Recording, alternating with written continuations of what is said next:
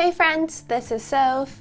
Last year I made a conscious effort to reduce my screen time from 4 to 5 hours to about just 2 hours a day. 2 hours is very realistic for me, and I find that I feel better about myself now that I'm more intentional about how I spend my time. Let's dive in and see if there's a habit that you can implement as well. The first habit is to delete social media apps off my phone. Now, deleting it doesn't mean I don't use social media apps anymore. I still do. I just use it on a web browser on my phone or on my computer. I find it really helpful because the user interface or user experience isn't great when you are using the web page. Therefore, I find myself spending less time on the apps just doomsday scrolling. The second habit is to turn off notifications. This applies to both my phone and my watch. On my watch, I just turn off all the notifications altogether. I don't get any buzzing on my watch whatsoever. I've not noticed missing anything important because I'm doing that.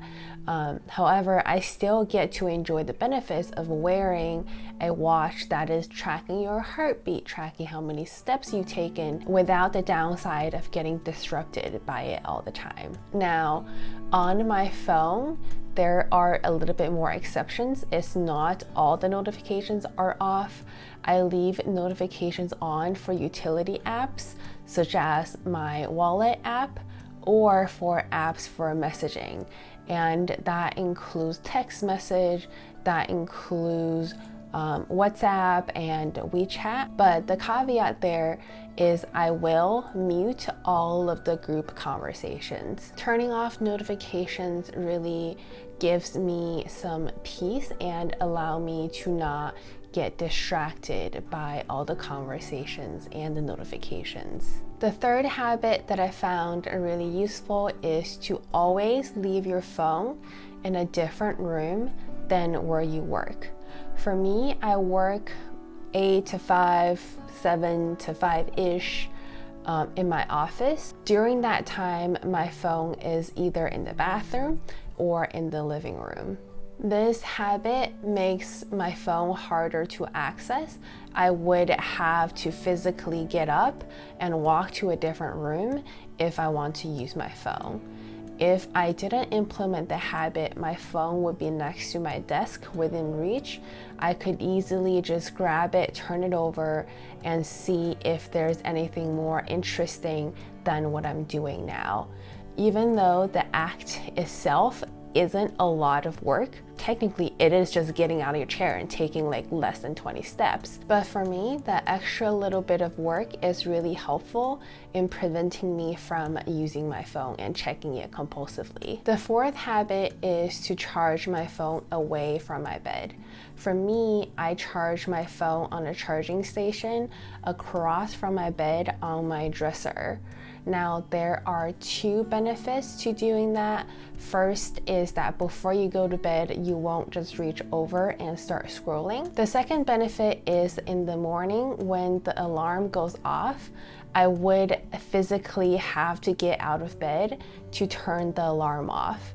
And at that point, if I'm already out of bed, I may as well just get the day started. In comparison to charging your phone by your nightstand, you can just pull it over, turn it off, easily unlock it, and start scrolling. Before you know it, it'd be like an hour later.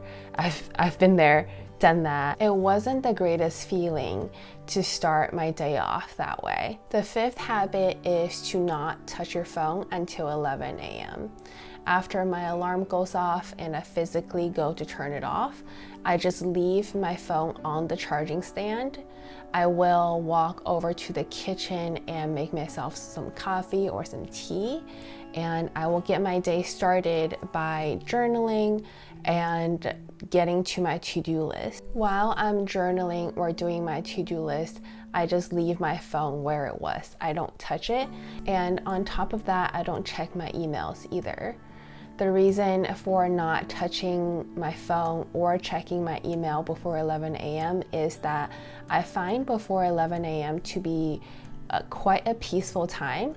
I can do tasks that takes longer or requires more brain power without being disrupted. By the time 11 a.m. rolls around, I would have done one or two things that's on my to-do list. I would have journaled already, and at that point I feel pretty good about my day, and then I will go back to my bedroom, grab my phone, and scroll a little bit as a reward for myself. After that break is over, I will return to my email and to my phone to check for any administrative tasks that take way less time and way less brain power to do than the ones that I have already accomplished in the morning. The sixth habit is to utilize do not disturb function on your phone. I have an iPhone and I set my do not disturb from 9 p.m. to 11 a.m. And on top of that, I will set exceptions for important people. Now, for me, the important people is my significant other and my parents and anybody else who would only reach out to me if there is an emergency. The reason why I find Do Not Disturb really helpful is that it really just blocks all the notification and blocks all the distractions altogether. Your screen literally goes black, and at the same time, I wouldn't have to worry about missing any important messages, such as emergencies, from those people who I really care about. And another feature that's really nice about the Do Not Disturb function is that others, when they try to text you, they can see that you have Do Not Disturb on, and they will know not to expect an immediate response from you. And in my experience, all my friends that do see that I have Do Not Disturb on is very respectful of it, and I've never heard any negative comments about it. That concludes this video. I hope you found these habits helpful in your journey to be more intentional about how you spend your time, and I will see you back here soon. Bye.